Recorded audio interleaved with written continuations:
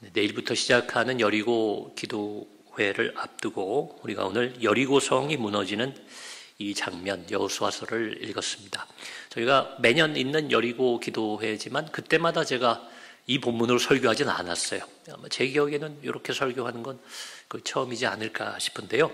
네, 올해에는 제가 특별히 여리고성 무너뜨리기라는 제목으로 이러한 설교들을 과거에 목사님들도 많이 하셨고요. 여러분도 어떤 내용인지 대략은 알고 계실 겁니다. 그런데 우리가 이번 한 주간 우리의 기도가 응답받기를 구하면서 주님 앞으로 나아갈 때 특별히 어떻게 기도하는 것이 응답을 잘 받을 수 있는 방법인가, 혹은 어떻게 우리는 하나님 앞에 간구하고 기도하고 신앙생활을 해야 되는가, 그 모범이 잘 드러나 있는 것이 또 이 여호수아서에 나오는 이 여리고성의 경험, 사건, 이적이었기 때문에 그 내용을 나눠보고자 하는 것입니다.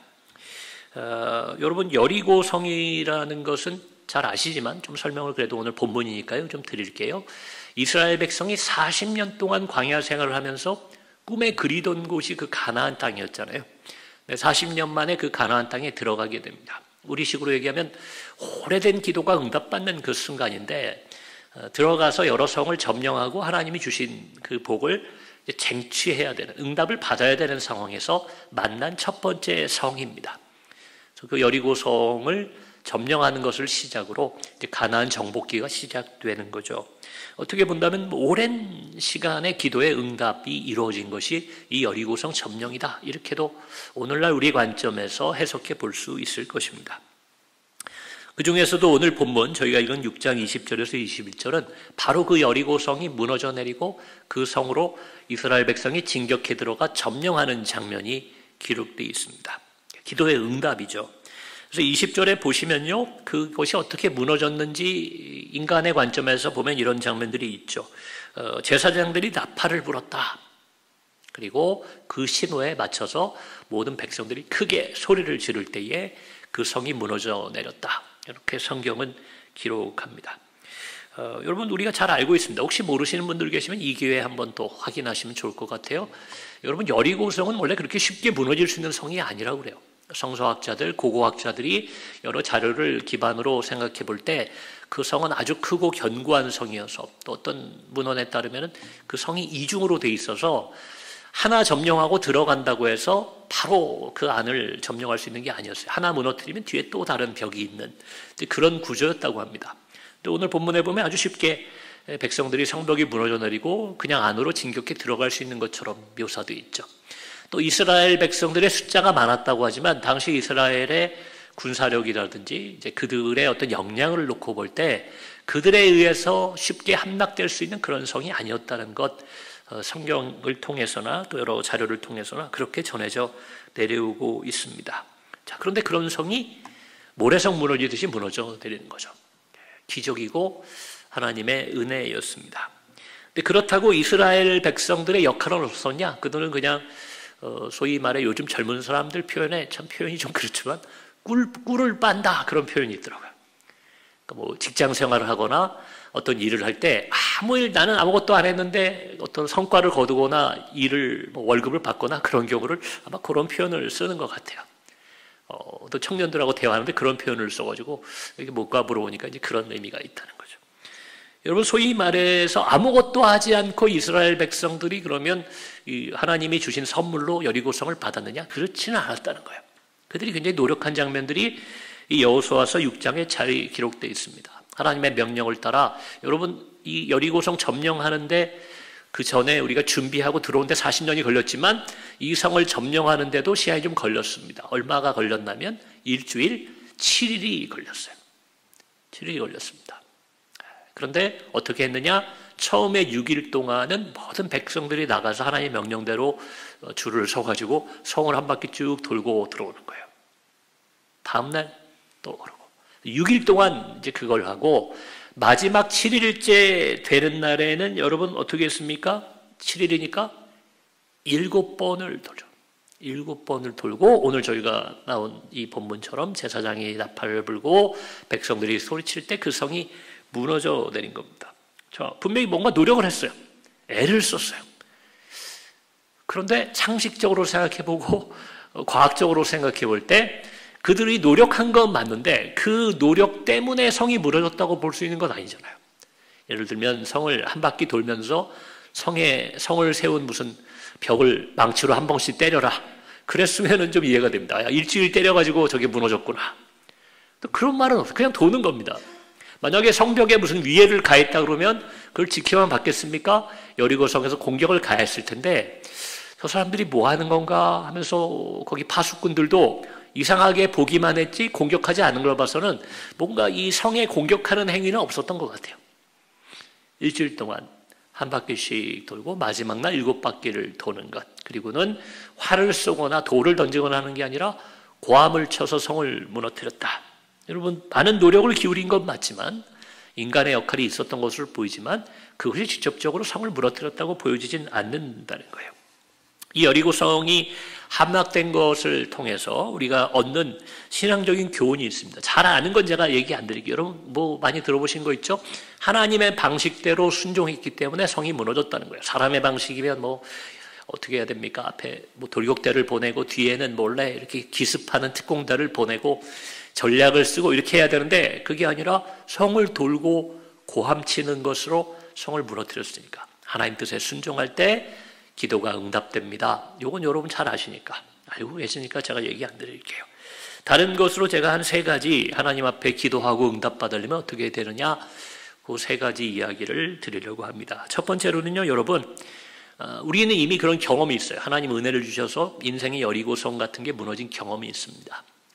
우리 교회에 오신 분들 대부분이 기존에 신앙생활을 하던 분들이시기 때문에 여러분, 우리 그런 경험이 있죠. 그런데 하나님의 섭리 혹은 도우심, 이런 은혜, 응답을 인본적으로 해석하려고 해서는 안 된다는 교훈이 있습니다. 오늘날 이 성경을 읽을 때에 실제로 이렇게 해석한 사람들이 있더라고요. 여러분 찾아보시면 그런 이론이 있습니다. 그들이 성을 돌고 소리를 치면서 성을 돌면서 거기 약점을 찾았다는 거예요. 일주일 동안 이 성이 어디가 약한가, 그리고 뭐 소리를 쳐서 뭐 혼란을 줬다는 둥, 뭐 어떤 또 말, 제가 볼 때 말도 안 되는데 그 큰 고함을 치고 나팔을 불어서 약한 부분이 그 음파 때문에 무너져 내렸다. 뭐 그런 얘기도 있어요. 물론 그 음파의 힘이라는 게 있지만 여러분 아무리 사람이 많다고 해도 사람이 소리쳐서 성벽을 무너뜨릴 정도 그게 가능하겠습니까? 근데 이런 해석이 어디서 나오냐면 인간은 하나님의 응답과 역사들을 인간의 논리로 이해하려는 과도한 노력을 할 때가 있다는 거예요. 그래서 병을 하나님 고쳐주셔도 물론 우리가 병원도 가고 약도 먹는 거지만 여러분 병원 가고 약 먹는다고 다 낫는 게 아니잖아요. 근데 분명히 하나님 고쳐주셨어도 이거 뭐 약 먹어서 나았지. 하나님이 살려주셨어도 그 경제 상황이 달라져서 우리가 좋아졌지. 아버지가 노력해서 우리 집안이 그랬지. 여러분 이렇게 인본적으로 해석하기 시작하면 은혜에 될 게 없다는 거예요.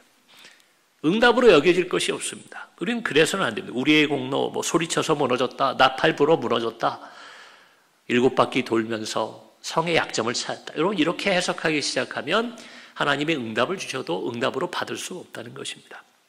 여러분 두 번째는 어떻게 보면 쉽게 우리가 보잖아요. 남의 일이니까 그 성벽을 일주일 동안 도는 얘기를 하지만 여러분 그게 어떤 걸 뜻하냐면 하나님 앞에 간구하고 기도할 때는요 인내가 필요하다는 겁니다.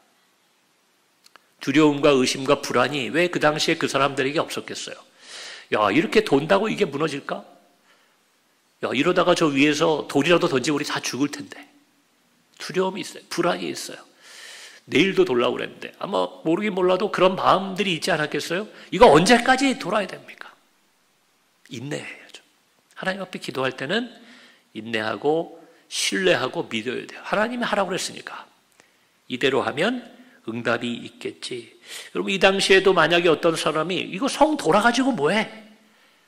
일주일 돌아오는 게 아니라 1년을 돌아봐라. 이게 이래가지고 이길 수가 있나? 여러분 오늘날로 치면 뭐예요? 기도하면 뭐해? 당장 나가가지고 노력하고 애쓰고 뭐 해도 부족할 판에 속 편하게 기도원 가서 기도하면 뭐해? 예배 가서 예배 드리면 뭐해? 달라지는 게 있나? 여러분 그런 마음이 이 당시에 있지 않았겠냐는 거예요. 이 성을 도는 게 무슨 의미가 있나? 그러나 그들은 하나님 말씀에 순종해서 그것을 돌았습니다. 아무 상관없어. 이 성을 무너뜨리는 거랑 상관없어 보이는 방식으로 하나님 뜻 앞에 순종했지만 하나님은 중심을 그 외모를 보는 게 아닙니다. 성을 예쁘게 돌았냐, 힘차게 돌았냐를 보는 게 아니라 그들의 마음속에 하나님의 뜻대로 순종하는 그 마음을 보시고 하나님이 그들의 가장 필요한 것을 채워주신 거예요.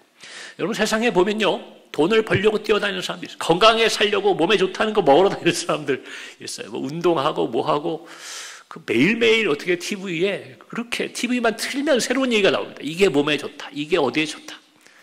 그런다고 건강이 지켜지는 게 아니더라고요. 사방팔방 돌아다니고 배우고 노력한다고 다 부자 되는 거 아니더라는 거예요. 상관없어 보이는 방법이지만 우리는 하나님 뜻에 순종하고 하나님 앞에 예배하고 기도할 때 상관없는 방식으로 하나님께서 우리에게 응답해 주시는 것, 여러분 그러한 교훈이 저는 오늘 이 본문 안에 있다고 생각합니다. 세 번째로 여러분 응답받은 다음이 중요하다는 게 오늘 본문에 나와 있어요.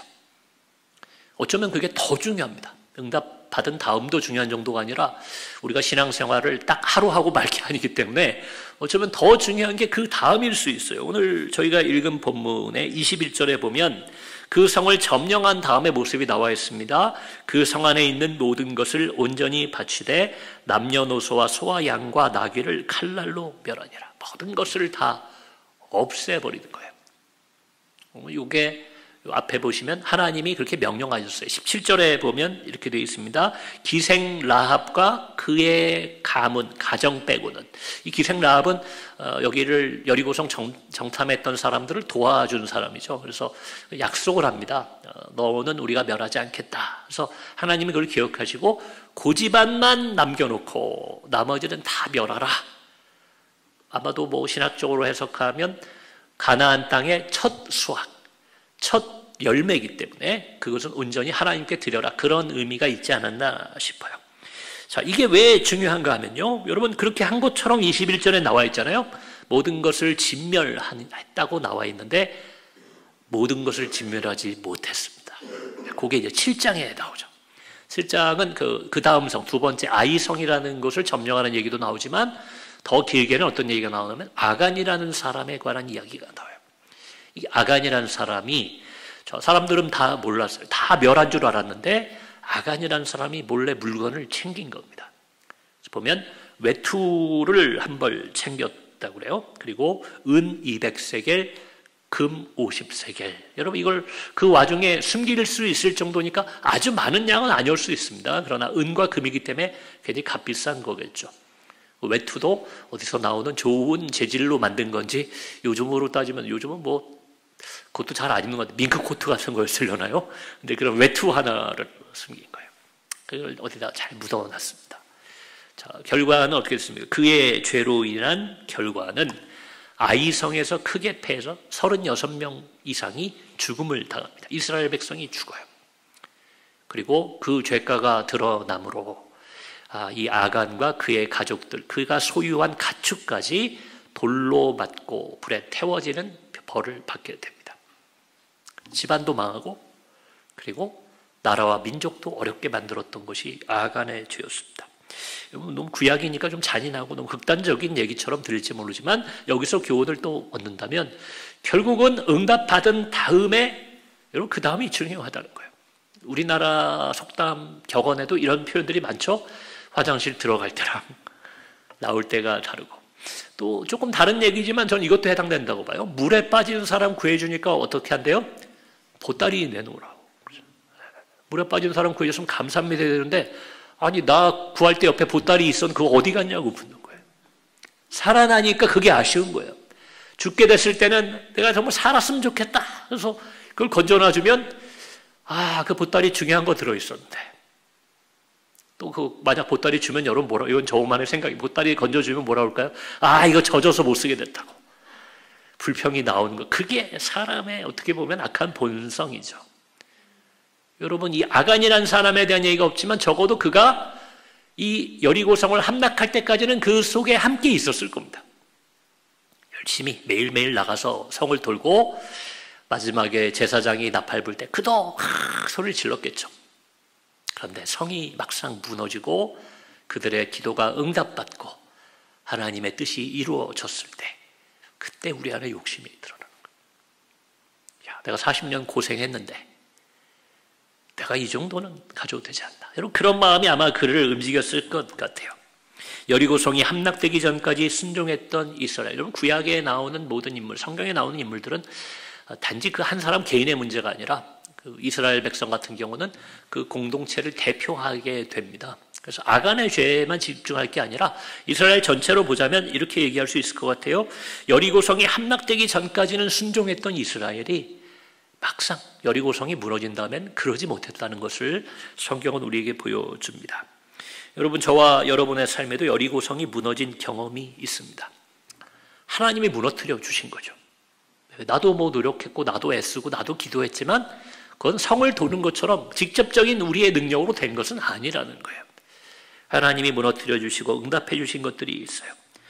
간절히 기도했을 겁니다. 어떤 경우 우리가 하나님 앞에 약속도 하죠. 하나님 뭐 서원이라고 그래서 뭐 물질이나 몸을 드리는 것도 우리가 약속이지만 그렇지 않고 하나님 제가 이제 정말 하나님 뜻대로 살게요. 신앙생활 잘하겠습니다. 우리 그런 약속할 때가 있잖아요. 너무 힘드니까. 물에 빠진 것처럼 어려우니까. 그런데 여리고성이 무너지고 우리의 기도가 응답된 그 다음엔 우리의 모습이 어땠는지 한번 생각해 봐야 됩니다. 아이성이 함락이 안 된 이유가 성경에는 그 나오잖아요. 아간이 하나님의 응답이 있은 이후에 그 다음에 순종이 없었다는 것. 여러분 만약에 우리의 삶 속에 우리의 기도가 응답받지 못하고 하나님이 침묵하시는 것 같은 때가 있을 때는 그게 100% 그 이유 때문은 아닐 수 있어요. 우리에게 필요 없어서 안 주실 때도 있고 때가 아니어서 안 주실 때도 있지만 또한 우리의 삶을 돌아봐야 될 줄로 믿습니다. 하나님 예전에 나에게 응답 주셨을 때 내가 그때 하나님 앞에 결단한 모습대로 살고 있는가? 이제 조금 살만하다고. 이제 내가 조금 뭐 교회 생활하면서 알게 됐다고 아간처럼 내가 판단해서 살고 있지는 않은가? 여러분 그렇게 우리의 삶을 돌아봐야 됩니다. 좀 거창한 얘기가 될지 모르겠습니다. 여러분 우리 대한민국 혹은 우리 한국교회에도 여리고성이 무너진 것 같은 경험이 많았어요. 예전에 뭐 좀 식상한 표현인가요? 한강의 기적이라는 말을 얼마 전까지도 들었습니다. 외국인들이 지금이야 우리 K 문화, K 컬처 이런 게 너무 유명해져서 한국 그런 외국인들이 다 좋아하지만 불과 얼마 전까지만 해도 한국에 와본 사람들은 깜짝 놀라요. 야, 우리가 잘 알지도 못했던 나라, 작은 나라, 옛날에 전쟁 때문에 어려웠다고만 들었던 그 나라가 어떻게 이렇게 됐습니까? 한강의 기적, 여리고성이 무너진 거죠. 그리고 거기에는 한국교회의 역할이 없었다고 할 수 없습니다. 한국교회가 늘 새벽마다 기도하고 각자가 있는 곳에서 남들보다 더 헌신하고 열심히 일하고 또 섬겨왔기 때문에 여러분 물론 안 좋은 분들도 그간의 기독교인 중에 있었겠지만 대다수의 기독교인, 한국의 기독교인들이 근면하고 성실하고 남들 위해 희생 봉사하면서 여러분 이 땅에 좋은 기적들을 이뤘다고 생각합니다. 여러분 그러나 지금은 어떤지 우리가 돌아봐야 됩니다. 한강의 기적 혹은 한국 교회의 부흥 우리의 노력 때문이었습니까? 훌륭한 목사님들이 있어서였기 때문입니까?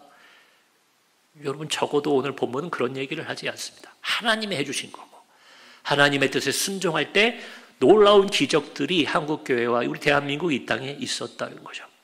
근데 이제는 우리가 그것을 경험하고 지금도 부흥을 얘기하고 지금도 우리나라 잘 살기를 바라지만 우리가 그때만큼 남 얘기할 거 없어요. 우리 기독교인들이 그렇게 살고 있는가? 여리고성이 함락되기 전에 묵묵히 성을 돌았던 이스라엘 백성처럼 우리의 신앙이 그런 모습인가? 아니면 각자의 의견과 각자의 생각을 가지고 하나님 앞에 이게 옳다, 나는 이래도 된다. 여러분 그렇게 살아가고 있지는 않은지 우리가 돌아봤으면 좋겠습니다. 간절히 바라고 원하기는 이번 여리고 기도회 때 우리 모든 성도님들의 기도가 가정의 기도 제목들이 응답되기를 바랍니다. 짧은 기간이지만 저도 그것을 위해서 제가 가지고 있는 모든 기도 제목을 가지고 여러분 또 특별히 이번 한 주간은 제가 더 기도할 생각에 있습니다. 하나님을 의지함으로 여러분 삶 가운데 여리고성이 무너진 경험은 이미 많으시다면 이제 눈앞에 있는 아이성이 무너지기를 바라며 저도 기도하고 우리 함께 기도했으면 좋겠습니다. 이를 위해서는 이러한 응답이 우리 삶에 있기 위해서는 우리가 할 수 있는 거 말고요. 하나님 아니면 할 수 없는 여러분 그런 불가능한 여리고성이 무너지는 여러분 그런 일이 있기 위해서는 우리에게 여러 번 승리를 주신 하나님의 은혜를 우리가 꼭 기억해야 됩니다.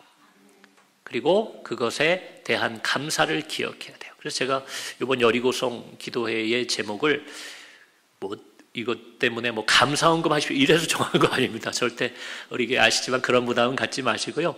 감사를 잊지 맙시다 이렇게 정해봤어요. 왜냐하면 감사를 잊지 않아야 여러분 그 다음에 또 응답이 있더라고요.